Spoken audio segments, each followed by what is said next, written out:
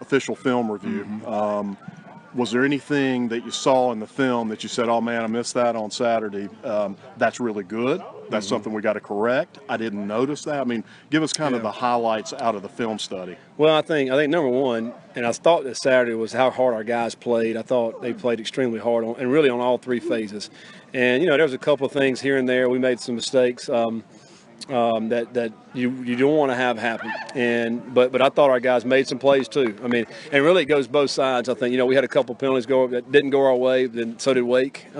Including the last field goal that we attempted, and they jump off sides to help us get 5 yards closer. So it kind of went both ways with that, and I think that's how the game went. It was a back and forth a game. They would score, we scored.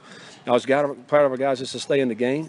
There was some great individual performances, but I think it's overall the effort that we played with, the physicality we played with, that's what we're all looking for.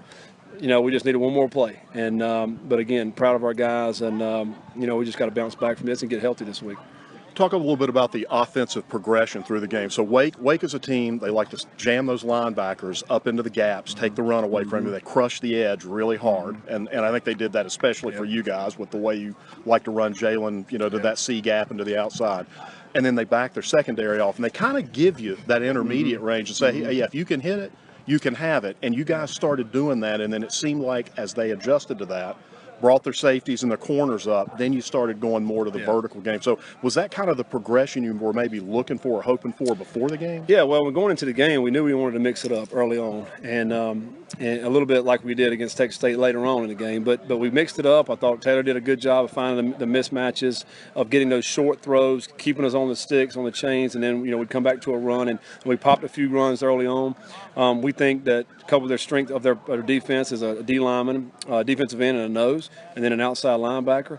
And then we, as we started running the ball, the safety started coming down a little bit more, get a little bit tighter coverage, and so that's when we tried to go over the top a little bit in the second half. And there were a couple of plays, we made some great plays. We got a couple pass interference penalties, really right off the bat, the first one. So the style of defense they play, they're bend but don't break. So we were trying to take advantage of that, and that's why we threw the ball a little bit more than we usually do. And really, if you look at it, end of the first half, we had to go all the way down. We went down the field and got a chance at a field goal into the game. So those are two drives where you normally don't throw it. We ended up throwing the ball probably 12 more times than we usually would in a game, but it's because of those two drives.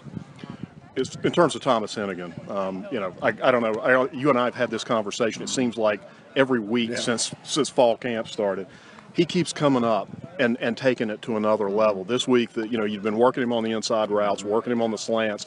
This week, you've got the corner up and press, and you sit him down the field. So, he kind of demonstrated that part of his game as well.